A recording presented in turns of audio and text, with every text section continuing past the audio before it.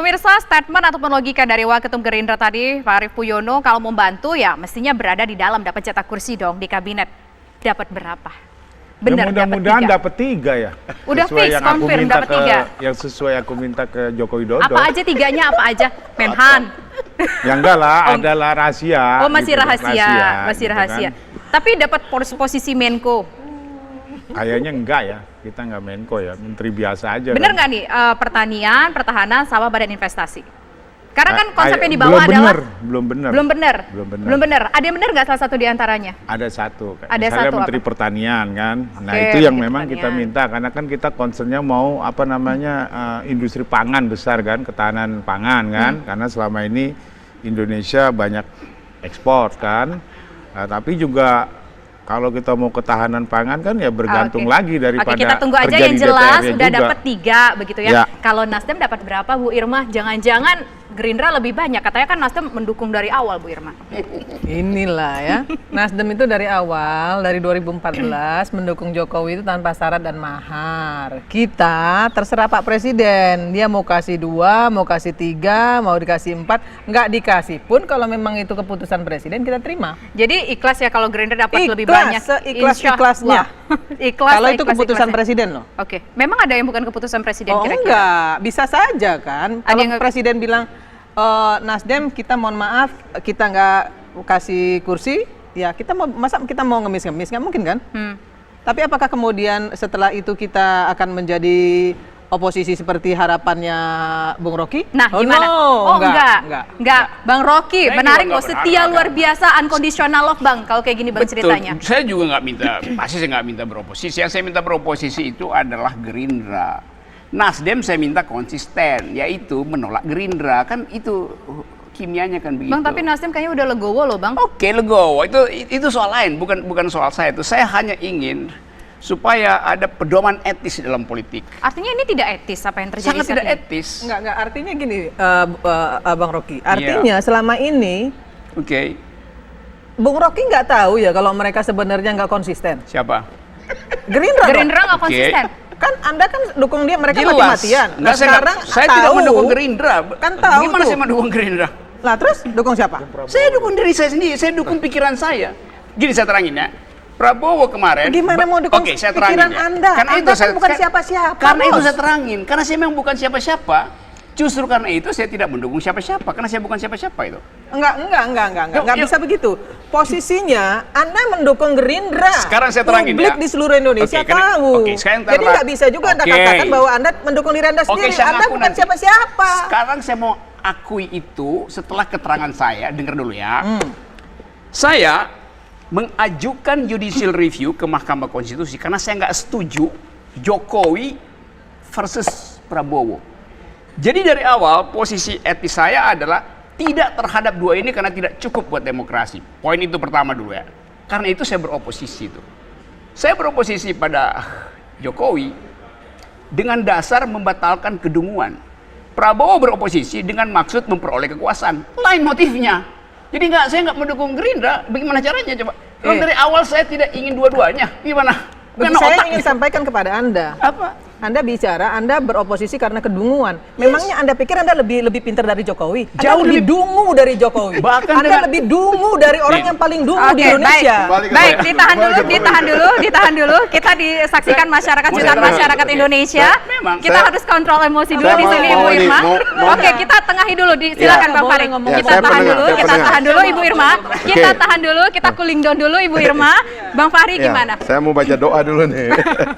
Jadi gini, saya Iya, oke. Sudah selesai ya. ada Kita harus persoalan memberikan rumit. contoh yang baik kepada pemirsa. Jadi gini. Kita dengar dulu, Bu Irma, sabar Bentar dulu ya. Bu Irma. Jadi ada persoalan rumit yang tidak bisa kita sederhanakan juga.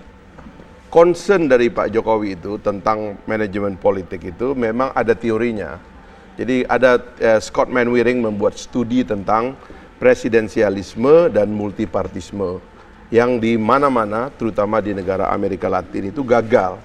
Sebenarnya politik kita ini dalam keadaan kemungkinan gagal.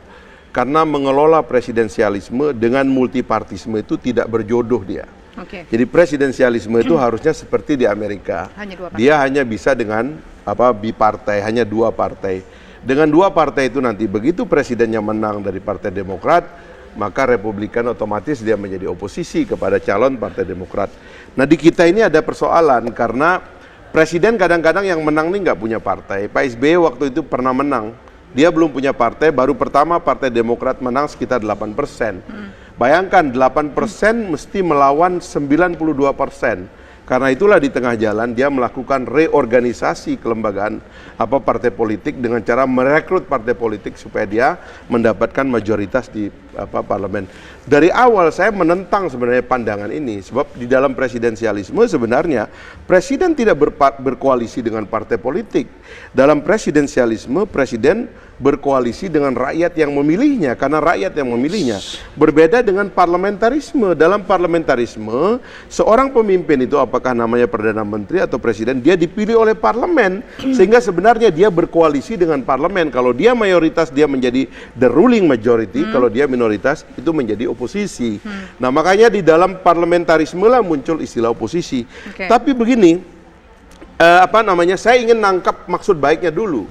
Tapi kalau maksud baik ini tidak bisa disampaikan secara baik, inilah yang kemudian dibaca oleh orang sebagai kong kali kong elit. Yang terjadi saat ini yang memang dibaca sekarang, dan makanya itu. saya terus terang agak menyesalkan sikap PKS.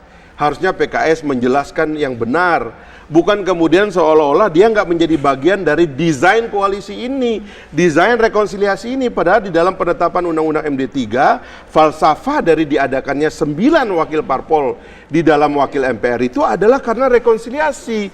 Nah kita sekarang kemudian harusnya kalau sudah begini, oke, kalau sudah begitu, sekarang bagaimana kekhawatiran Bung Rocky? Yang dikhawatirkan Bung Rocky adalah tiba-tiba pimpinan parpol ini kongko-kongko duduk, dia mentorpedo seluruh kehendak rakyat. Karena kemudian dia melahirkan anggota DPR yang lemah, yang tadi itu Bu Irma aja mengkhawatirkan. Sekarang ke depan kita harus fokus kepada parlemen. Anggota parlemen kita harus perkuat, undang-undangnya harus menjamin bahwa anggota DPR itu pilihan rakyat, bukan pilihan parpol.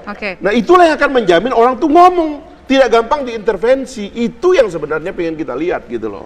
Saya terangin satu hal ya. Nanti kita tenang dulu. Kita ke Bung Rocky dulu, nanti kita ke Bu Irma. Seluruh teori tentang demokrasi kita uji di dalam historisitas kita. Tapi kita mesti ingat bahwa oposisi itu bukan sekedar pelembagaannya, tetapi jalan pikiran alternatif itu. Jadi dalam keadaan tidak ada oposisi, itu berarti tidak ada jalan pikiran alternatif. Kalau rejim mengalami crack, siapa yang akan menyuarakan suara rakyat? Itu berarti akan ada duel habis-habisan antara kekuasaan dan rakyat. Kalau ada oposisi itu mengartikulasikan pikiran publik. Ada potensi bisa jadi ada parlemen jalanan begitu Bang? Ya, dengan sendirinya anak STM jadi anggota DPR kalau semuanya ada di blok kekuasaan. Tetapi satu poin yang lebih penting, politik itu tidak boleh terbagi habis di dalam partai politik. Harus ada yang tidak di dalam formal politik. Karena itu ada pers, karena itu ada intelektual, karena itu ada WA group. Kan semua itu adalah suara oposisi sebetulnya tuh, karena tidak masuk dalam sistem.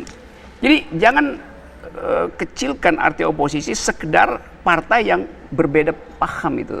Pikiran orang itu bisa berubah-ubah tiap hari, karena itu mesti ada yang mengucapkan politik alternatif. Nah yang terjadi sekarang adalah koalisi antara dealer bukan antara leader. Leader itu dia pikir konsepnya tuh. Nah kalau sekarang saya nggak lihat ini tukar tambah di bawah meja semua antara dealer bukan leader.